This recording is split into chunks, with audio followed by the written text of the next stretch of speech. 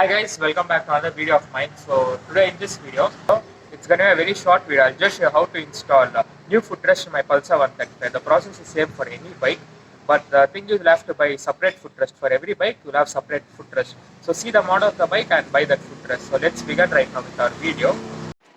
As you can see guys, this is the footrest of my bike. It's broken. So to replace this, first you'll have to remove a lock which is present here at the bottom. I'll show you.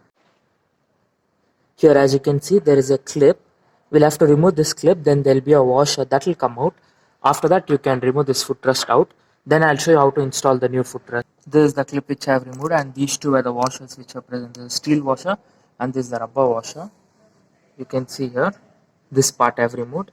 Now I'll just have to remove this nut bolt, and then this footrest will come out. Now I'll just show you how to install the new footrest. This right here as you can see is the new footrest which I have bought. It costed me only 50 bucks.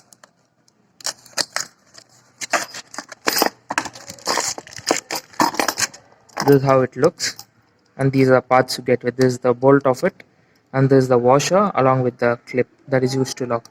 You'll just have to install this in the bike and lock it with this clip. As you can see guys, I finished installing the new footrest in my bike. See, it gets locked like this and opens like this. It was very simple. I just had to remove this bolt, remove the old footrest, install the new footrest and insert this bolt, and at the bottom over here you can see how it gets locked just with a clip. That's it guys. That's it for this video. See you in my next video. The process is same for any bike also, so you can just see my video and do it. I hope you like this video. Do hit a like and comment below like if you have any doubts regarding this video or any other video. And thank you for watching my video. Stay tuned for other videos guys. Thank you. So today in this video, I'll just show you how to install